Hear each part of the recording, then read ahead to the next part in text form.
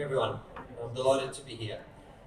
And particularly for the opportunity to impress on the United Nations and world community the critical importance of ensuring that sport, recognised in the 2030 Agenda for Sustainable Development as an enabler of development and peace, continues on its path to synchronisation with human rights, and thereby upholds its duty to protect and further the economic, social and cultural rights of people everywhere. We'll briefly explore four key areas: the importance of human rights in sport and the challenges of implementation and enforcement, including the successful campaign earlier this year to free a young Bahraini refugee footballer, Hakim Al-Arabi, from a Thai prison, the global movement in sport towards gender equality and economic parity and challenging the prevailing arguments in this regard, the rise of racism in football, and the extremely concerning projected growth in displaced people through climate migration, and international sport's social responsibility to its member nations in this regard. In recent years, a number of global sporting bodies have implemented human rights policies that obligate all official bodies to audit their human rights impacts and adhere to the protect, respect, remedy framework of the UN Guiding Principles on Business and Human Rights. FIFA, the global football governing body, should be congratulated for being at the forefront of this change. There's a growing trend that's of extraordinary social importance to the world, as the traditional call from sport to remain independent of the impacts it creates, something that's of course not possible, is no longer relevant. Sport today must make adjustments to and for the impacts it creates. The potential for positive social change at a time in history when perhaps the shared challenges facing humanity are at their zenith is immense.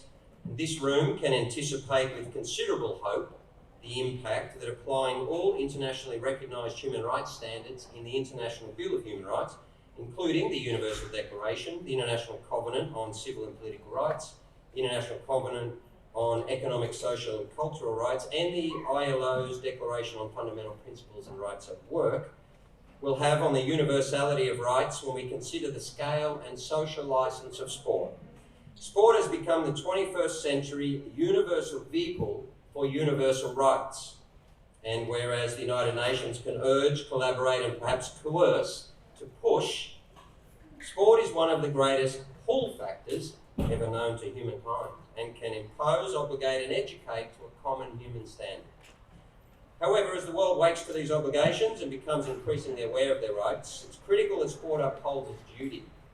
It can inspire and uplift humanity and must be careful to avoid becoming hostage to political compromise. And as we look ahead to necessary social progress through sport and rights, we must acknowledge that failure to uphold these obligations has real human impact. Earlier this year, I had an opportunity to lend my public platform as a former athlete and broadcaster to assist in freeing a young footballer from the Bangkok remand prison. And there can be fewer, more salutary examples of the incredible ability of sport to cut through geographic and other barriers. The willingness of FIFA, the Asian Football Confederation and member federations to abide by FIFA's human rights policy was put to the test with the detention in Thailand and attempted extradition of Mr. Al-Arabi, a Bahraini refugee footballer on a protection visa under Australia's care, back to Bahrain, contrary to Hakim's internationally recognised human right, of course, against refoulement as a refugee. Despite his case being a clear contravention and his position as a registered footballer for Pascoe Vale Football Club in Melbourne, a global campaign was required to impress on FIFA the importance of applying effective leverage with all relevant stakeholders, including the governments of both Thailand and Bahrain under Article 4 of the FIFA Human Rights Policy. Were it not for this extraordinary outpouring of support from the global football community, a vivid demonstration of the power of people to shape the conduct of three governments, his hopes would likely have been forlorn. However, the flagrant breach of Hakim's rights and the complete failure of the Asian Football Confederation to come to Hakim's support, only issuing a public statement after more than 60 days of incarceration in the context of the purported recusal by the AFC president from the matter, were frustrations that impeded a successful resolution. We can acknowledge the immense power of sport in this case to enforce the rights of one young man, in part because the common international language of football cuts through to fans and supporters everywhere. sport gave Hakeem a more human face than the tens of millions of other refugees around the world. And in this, we see both his true power and the persistent challenge to humanise a section of humankind when governments everywhere are increasingly seeking to do the contrary. Intercultural and interfaith cooperation was one marvellous component of the campaign. Not one of the hundreds of people who stepped forward to help this young man, nor the millions who joined the campaign, which trended in 81 countries and reached over 30 million people, stopped to consider or to filter his religion, background, nationality. Rather, we saw a human being in trouble and we fought to free him irrespective of any so-called difference that is so often used to divide. A young Muslim man was protected and freed by a coalition of people across all ages, religions, nationalities and genders. And that is an example of what sport can and should stand for as a beacon to the world. Bahrain in particular has severe ongoing human rights challenges, and in the sporting context, the incarceration of around 150 athletes in 2011-12 in the Arab Spring remains as yet uninvestigated by either FIFA or the International Olympic Committee, despite repeated calls for this to occur. The protection of athletes must be the starting point of sport, surely, not just athletes, but all participants. On this we must agree. And we're seeing repeated abuse of athletes worldwide, including the sexual abuse of female gymnasts here in the USA, and likewise of Afghanistan female footballers who are still calling for accountability and justice from their global governing body. Sports must demonstrate greater commitment to the prevention, investigation and remedy of abuse of any kind, and particularly in relation to the most vulnerable young children. So it's vital that those who fail to protect Hakeem and so many others are held accountable if sport is to be the haven of safety, opportunity and the realisation of dreams that it must be. But the failure of football to proactively promote Hakeem's rights could have been fatal. We know this because in a different context we sadly witnessed a tragedy just weeks ago when FIFA refused to apply the express sanction of suspension or expulsion to their member nation Iran for an ongoing gender equality violation under Article 3 and 4 of the FIFA statutes and Article 5 of the FIFA Human Rights Policy. Despite the implementation of Article 3 in 2016, and that Article 4 has been in place since 2004, which expressly state the gravity of discrimination on the grounds of gender, which can no longer be countenanced in global sport, no sanctions have been imposed, and the world watched a female fan, Sahar Kodayari, arrested and facing a lengthy jail sentence for her attempts to enter the Azadi Stadium in Tehran to watch a male football match, self-immolate and perish.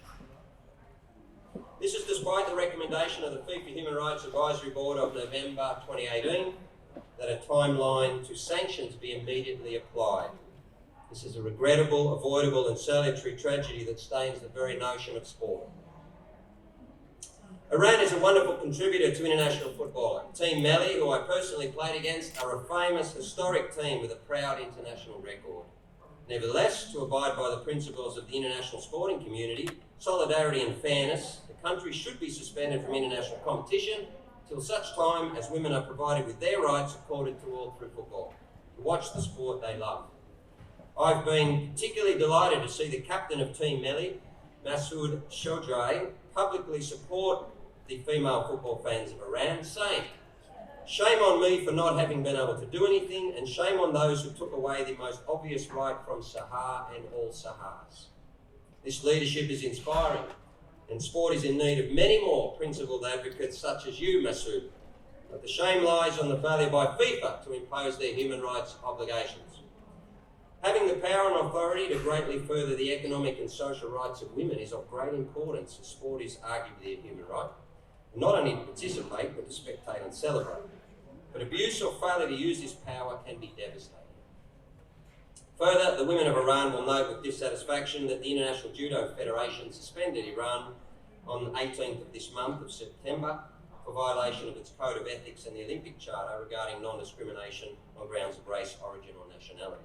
Football should have done so long ago. Sport has taken valuable, exciting new steps toward a world which is fairer, safer and more equal than ever before, and should be congratulated for so doing. But the final step is proving the most difficult, to fully commit to these universal standards. The problem is more acute because of the failure of the electoral eligibility criteria of the FIFA Code of Ethics to account for human rights abuse, such as, for example, the president of Iranian football, Mehdi Taj, who was elected in April as a vice president of the AFC, amid the very failure of his governing body to protect Saha and her colleagues. Or the Secretary General of the Afghanistan Football Federation, Syed Ali Raza Agezada, elected to the Executive Committee of the AFC this last April, even though at the time suspended by the Afghan Attorney General's office for alleged sexual abuse of women national team players. The athletes and players of the world must take responsibility for upholding the highest standards of governance of their sport, including ensuring the efficacy, robustness, and fully independent oversight mechanisms, because failures at governance level don't only have economic consequences, they come at a very human cost. Sport governance is critical to providing the framework and environment in which the rights of others in and through sport can be respected. And I might say that FIFPro, the global footballers' body, has been far too silent and compliant during recent AFC and FIFA elections, in which consideration of the human rights of players were a nullity. Women's equality and economic and social rights are rightly on the global agenda at present, and again, football is undergoing positive change in this regard. While the marvellous world champion US women's national team prosecute their economic rights against the US domestic governing body, for which I congratulate Megan Rapinoe and her teammates, the Australian national women's team, the Matildas, who are our most loved, are doing likewise on a global scale.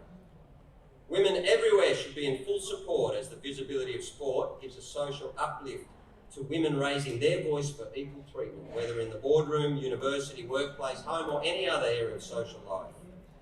The Australians, through their domestic player union, Professional Footballers Australia, of which I'm a former chair, are challenging the lack of adherence to the FIFA gender equality statutes regarding FIFA World Cup prize money distribution, which on several occasions in recent years alone has created even further disparity between females and males through an unequal uplift in prize money amounts. And just recently, the Jamaican women's football team instituted a strike in protest at a failure of the federation to honour their contractual payments. Quite extraordinary. Sport does not only exist for economic reasons, and thus the proposition that women's football or sport must pay its own way and be given only what it returns in kind is erroneous where a global governing body is concerned. Sport is a social vehicle in which all have a right to participate in an equal manner and without discrimination of any kind. FIFA and other major governing bodies have a responsibility to provide equal opportunity and rewards to both female and male.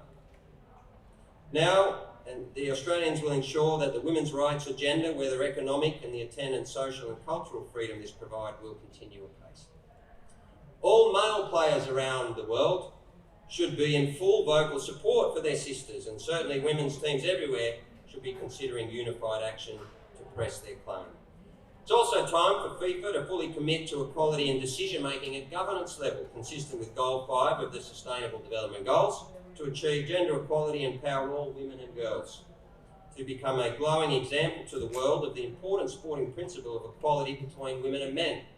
Currently, just one woman must be elected from the 6 confederations out of a total of 37 FIFA Council members, including the President, a dismal share of decision-making of just 16%. FIFA should commit to a gender equal balance at federation, confederation and thus global level, and demonstrate strong leadership in showing the world that women, of course, of equal stature, importance and value. Sport has this social duty. Recently, we've seen the rise of deeply concerning elements of nationalism and racially discriminatory treatment across the world, and the community of nations must escalate its response to ensure no person is treated differently on the basis of any factor, colour being just one. In football, racist abuse of black players, in particular, has occurred worryingly regularly in recent years, including cases involving players in England, Montenegro and Italy at the very highest levels of the game. If these are allowed to go unpunished, the effects throughout society are highly detrimental to a world of unity, understanding and inclusion. As yet, FIFA, UEFA and the Italian Federation in particular have not applied sufficient sanctions to deter this type of behaviour in stadiums, and this should be a particular focus for the world of sport in the immediate term. I'm pleased to see FIFA President Gianni Infantino make some strong statements in the past few days regarding sanctions. However, it's long overdue, and further, whether a member federation or country is unable to act in an effective manner, it's critical that FIFA have recourse as custodians of the game.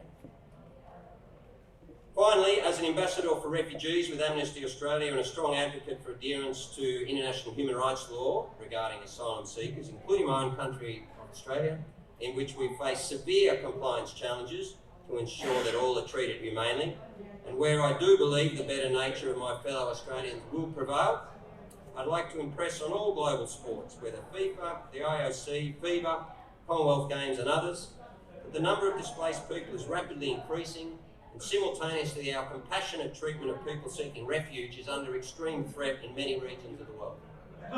According to the UN, the projected displacement of human beings from climate-related change and extreme events and disasters is projected to increase dramatically in coming decades, according to the International Organisation for Migration, by around 143 million people by 2050.